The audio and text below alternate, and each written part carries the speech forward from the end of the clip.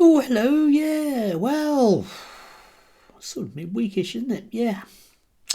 Is it just me, or is it just you, or is it just both of us? But all of those kind of Charlie Kirk assassins stuff just don't seem to quite be adding up properly. Anyway, we'll see about that, but it's all a bit, well, I don't know. Is it just that they're deeply incompetent, these people, or is it just that potentially that wasn't exactly how everything happened? Because it does strike me as implausible. I'm not really one for conspiracy theories, but I'm prepared to go that extra half inch with this one. Anyway, yesterday we had the joys of Lord Young's boy, Lord Young. Yes, Toby Young, writing in the Telegraph, and of course, I was inevitably drawn to this. It's becoming impossible to deny that free speech is in crisis in Britain. Yes. I don't think it is, Toby. There you are. It's not impossible, mate. It's quite easy. I've just done it. Bit of free speech there for you. That's not bad, is it? Anyway, the strapline is, why should crime be punished more severely if it's motivated by hostility towards certain characteristics? Which sounds, I don't know, like a question, I suppose, but surely anyone who's over the age of 3 or 4 would be able to figure out that that is exactly the way the law both does work and probably should work, Toby. If I am up for my seventh alleged assault with ABH or GBH, and the victim of the alleged assault was, a guy who was Afro-Caribbean, and I'm alleged to have shouted racial epithets before doing it, then it's very likely I'm going to be punished more severely than I would be if it wasn't for certain characteristics. I would have thought that was just the way the law works. But the problem with Toby, and indeed the whole free speech thing we have at the moment, is that they want it, Toby particularly, and various other people want it to be a free speech issue whereby they can say whatever they want, very often on a racist basis, but the rest of us can't. And that often makes people like Toby squirm. If you ever see him being interviewed by people, it's not very often in front of respectable journalists, because he doesn't realistically like having to answer the, more difficult questions that people might ask him. And the few times he does actually go on the BBC, he has to, just simply squirm.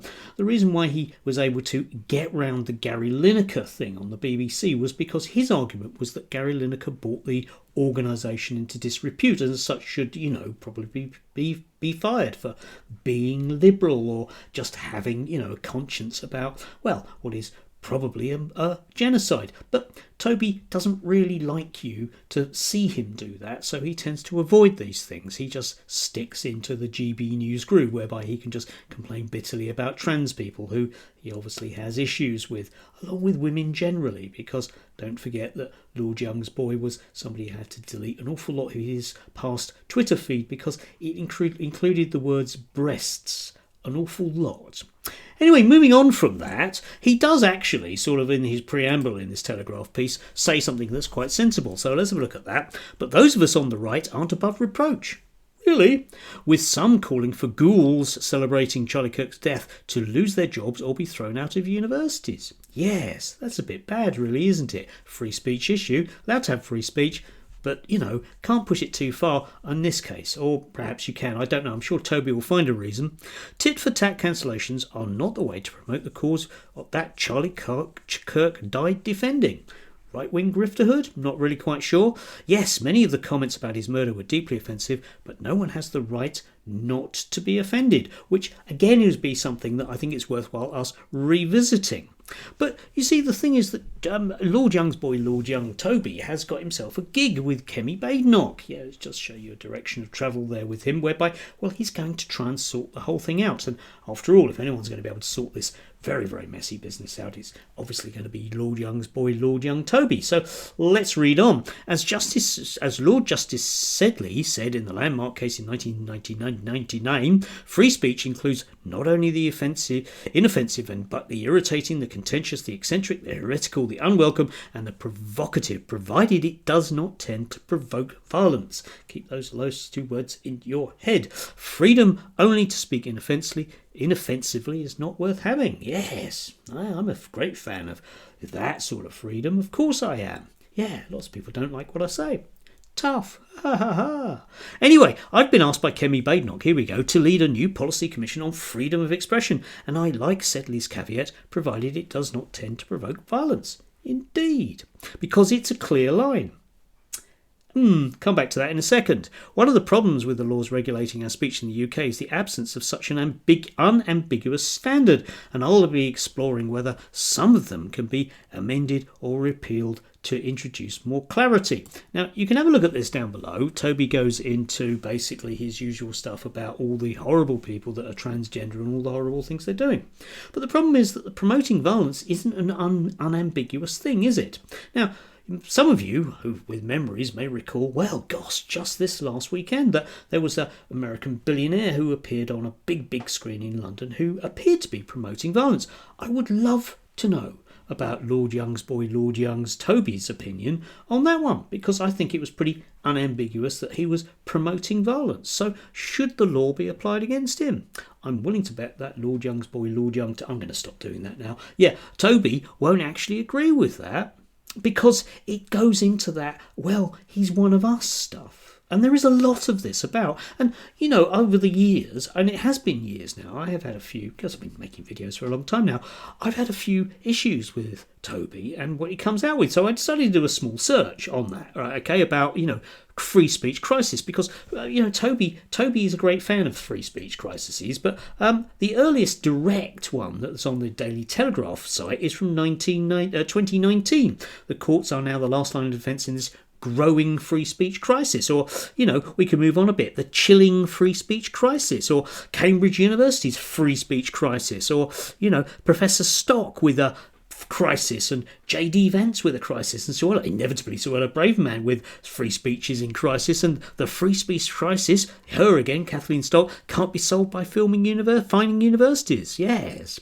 You see, we appear to have had this free speech crisis for a very long period of time, and it hasn't been sorted out quite simply, because obviously, I'm sorry, Toby, but the idea of promoting violence isn't an unambiguous notion. It just can't be. Because whatever I say could be construed by almost anybody, if it may enrages them enough, the bloke in the pub, etc., to commit violence. So good luck with that. I really want to see what he comes out with. But bearing in mind of some of the other stuff that he's tried to come out with, which has been very laughable in the past, and I've got other videos about, you know, various things about Toby talking about education, which are just farcical, it isn't going to come of anything. But the game here isn't to produce a sensible set of regulations around free speech. The game here is to make sure, well, that it is gamed. That you and I don't have proper free speech because, you know, we might say something bad. Not Toby and his mates. Because what Toby and his mates effectively want is to live in a world where they don't have to ever hear from people like me, because it's messy, because, you know, I am one of those messy people that lives in a messy world, and I come up with messy things because I think the world is, you know, best messy, and senses of violence are expressly messy. Yes, indeed, because we all know that violence occasionally is actually justified. We all know this. Just look at the Second World War. And I point you to this, one of the great free speech guys that we have at the moment. We have Graham Linehan himself, who, yes, is very concerned about free speech all of the time, but definitely not for people of certain characteristics. He reposted this from somebody who has said, the last two comedy nights I attended were full of nasty jokes about J.K. Rowling. Puts me off going. To which Graham, being his own inimitable way, says, hacks, Nish Kumar like hacks. Yes, indeed. You see, there are all these people that pretend to be edgy comedians and they come out with jokes about J.K. Rowling, which you mustn't do because then people won't want to go. To which my answer is to, you know, Kirsten here, well, then don't go. Okay, if you don't want to listen to jokes that you might find offensive, then don't go to a comedy club, all right? If you're going to go to a gig from a group of people that are self-prescribed punk rockers, then don't complain if they come out with something that you might find provocative about, I don't know, let's say Palestine, yeah? And yet, here we are. Graham wants people to live in a world whereby we just won't tell jokes about J.K. Rowling. We won't tell jokes about, you know, Glinner. We won't tell jokes about Lord Young's boy, Lord Young Toby. No, that would be wrong, wouldn't it? That would be rude. We mustn't do that. We need laws. That's what we need, isn't it? Laws to make sure that Toby and Glinner and the rest of them can live in a world where they don't have to listen to anything they don't want to agree with.